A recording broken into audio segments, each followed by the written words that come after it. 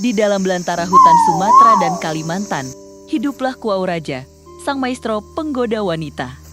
Ia bukan sekadar burung, melainkan seorang master dalam seni memikat hati. Ia bukan penggoda biasa. Ia adalah seniman cinta yang memahami bahwa hati wanita tidak ditaklukkan dengan tergesa, tetapi ditundukkan dengan keindahan yang dirangkai penuh kesabaran. Sebelum satu pun betina menoleh kepadanya, ia telah memulai kisahnya dalam diam. Ia membersihkan tanah, merapikan setiap sudut arena seolah seorang pelukis yang menyiapkan kanvas terbaik sebelum goresan pertama. Baginya, kesempurnaan bukan pilihan, melainkan syarat. Sebab ia tahu, seorang maestro tidak pernah tampil setengah hati. Di atas tanah hutan yang bernaung di bawah kanopi pepohonan, ia memilih sebidang ruang datar. Lalu dengan ketekunan yang nyaris seperti seorang perajin, ia menyapu dedaunan gugur, menggeser ranting-ranting kecil, dan menyingkirkan setiap serpihan yang dapat mengganggu keindahan.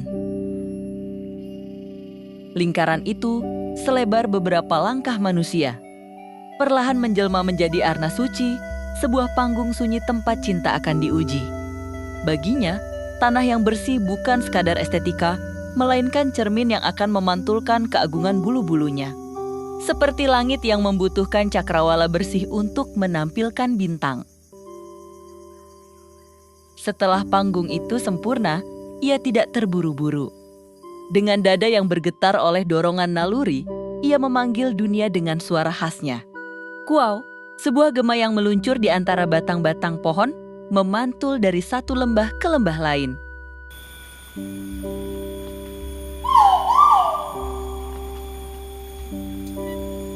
Suara itu bukan hanya panggilan. Ia adalah pengumuman, janji, sekaligus undangan. Ia seperti seorang penyair yang membacakan bait pertama sebelum tirai dibuka. Berharap ada hati yang terpikat oleh irama yang ia kirimkan ke udara. Sesekali ia mematuk tanah, pura-pura menemukan makanan, seolah berkata tanpa suara, "Tetaplah di sini, jangan pergi." Gerakannya penuh perhitungan, matanya waspada. Membaca setiap isyarat kecil dari sang betina, karena dalam dunia ini, cinta bukan dipaksakan, melainkan dimenangkan dengan kesabaran. Lalu tibalah saat yang dinanti puncak dari segala persiapan, inti dari seluruh kisah. Dalam satu gerakan yang hampir sakral, ia merundukkan kepala hingga menyentuh bumi. Kemudian perlahan mengangkat dan mengembangkan sayap-sayap panjangnya ke depan. Seketika itu, dunia berubah. Sayap itu terbuka seperti kipas raksasa, membentuk lingkaran sempurna yang mengurung cahaya dan bayangan dalam satu panggung megah. Di permukaannya, ratusan corak menyerupai mata Ocelli terhampar, seperti gugusan galaksi yang hidup di atas sepasang sayap. Saat si cowok mulai menggetarkan bulunya, pola-pola itu seolah bergerak, berkedip, bahkan hidup.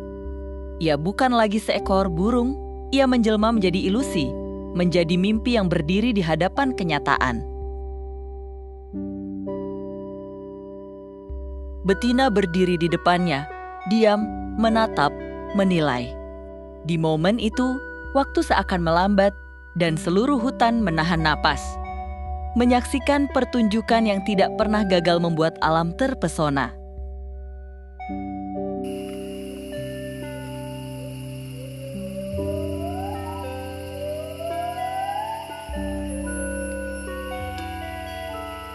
Namun, di balik keindahan yang begitu agung, tersimpan kisah yang perlahan berubah menjadi pilu. Panggung-panggung yang dahulu dibersihkan dengan penuh ketekunan kini mulai lenyap. Tertutup jejak manusia yang terus merambah hutan tanpa henti.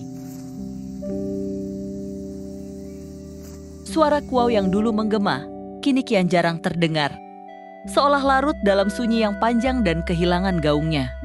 Hutan yang dahulu menjadi teater megah bagi pertunjukan cinta itu perlahan menyusut, terpecah dan kehilangan ruhnya seakan alam sendiri mulai kelelahan menjaga rahasia yang dulu begitu hidup.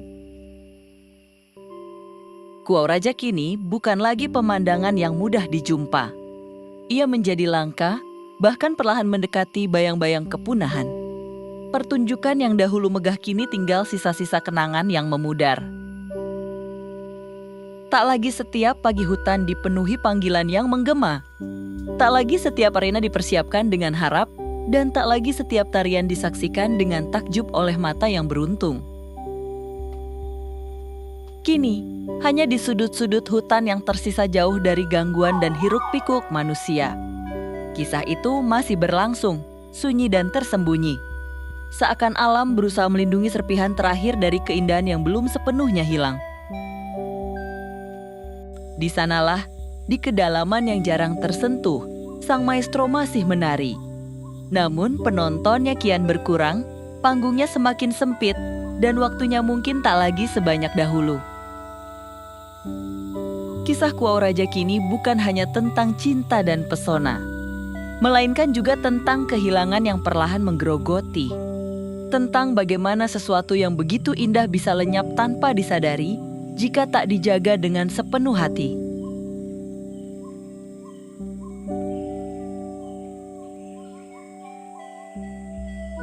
Ia menjadi pengingat yang sunyi namun dalam, bahwa keindahan terbesar di dunia ini bukan hanya untuk dikagumi, tetapi untuk dilindungi, sebelum ia benar-benar berubah menjadi cerita yang hanya tersisa dalam ingatan.